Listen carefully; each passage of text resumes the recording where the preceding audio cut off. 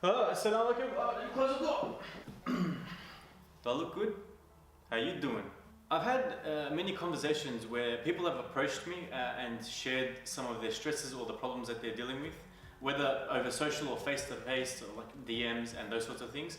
Alhamdulillah, I'm happy that I guess they're approaching me. So hats off to the people that have approached me, because obviously I want people to be able to feel comfortable enough, not just with me, but in general, to be able to share their problems and get it off their chest. I think it's super important. But there's one thing that I've noticed that I really wanted to share with everyone. Now, in these conversations that I have with people, of course, there are times where advice is given, options are discussed. We try to figure out how to best deal with their hardships. But the thing that I want to touch on is that there have been so many times where the person just needed to get something off their chest.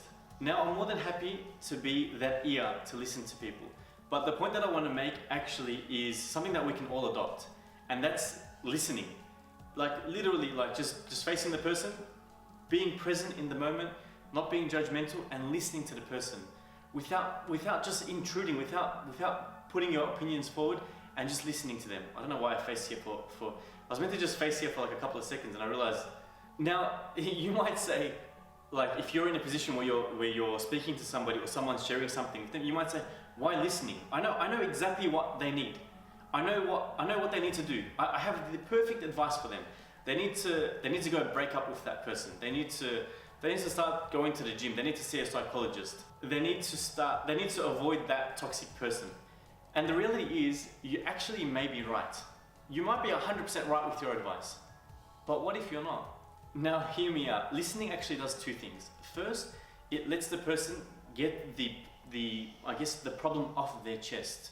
You've probably felt this before yourself, where you've just felt so stressed. Something's happened, someone's done something, someone said something to you, and you felt super stressed, super angry, super pissed off, and you went to someone you care about, or someone you trust, someone you love, and you got it off your chest.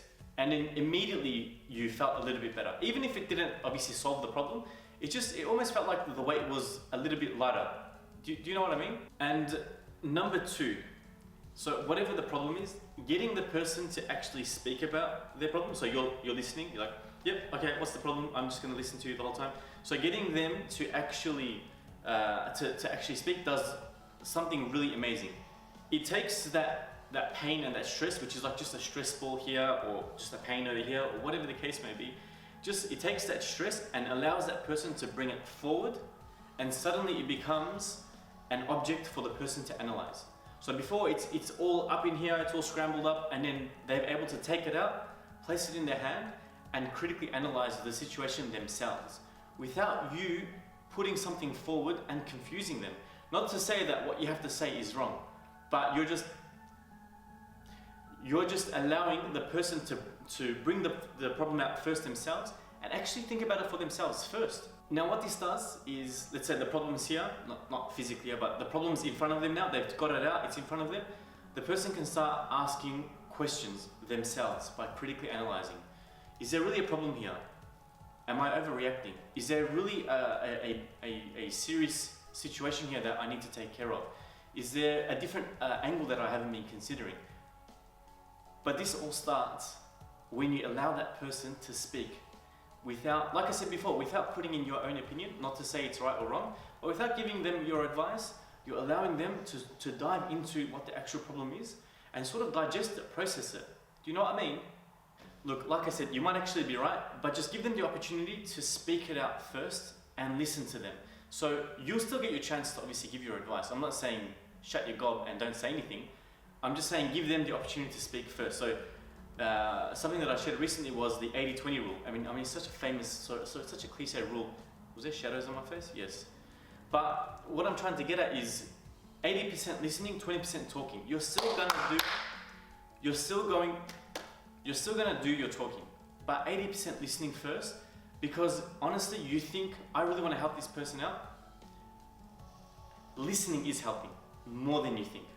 And in case you're wondering, you might be thinking, well, I'm just gonna listen, but how am I supposed to help?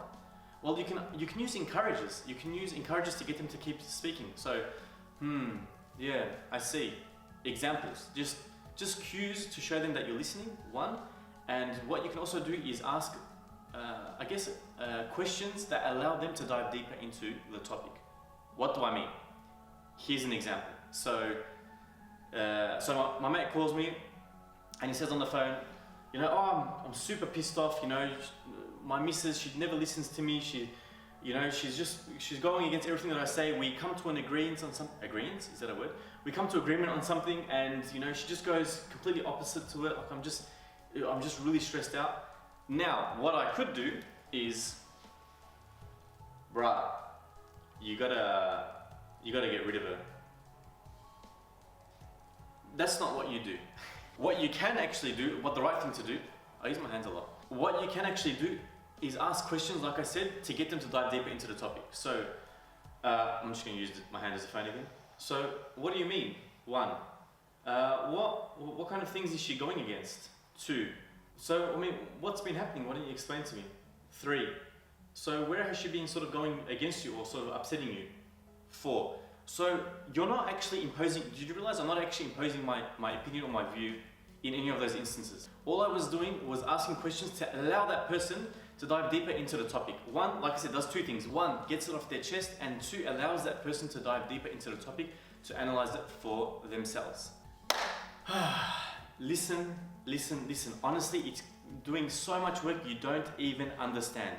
I can't even explain, even though I just did for the last few minutes, but it's just super powerful. So, look, alhamdulillah, like I said, I'm in a position where people are sort of approaching me and asking me for help, and I'm super honored. But if you're ever thinking, okay, well, if I'm ever in this situation, or I have been in this situation before, what am I supposed to do? How am I better supposed to help? How am I supposed to better help? How am I supposed to better help these people? I think that's English.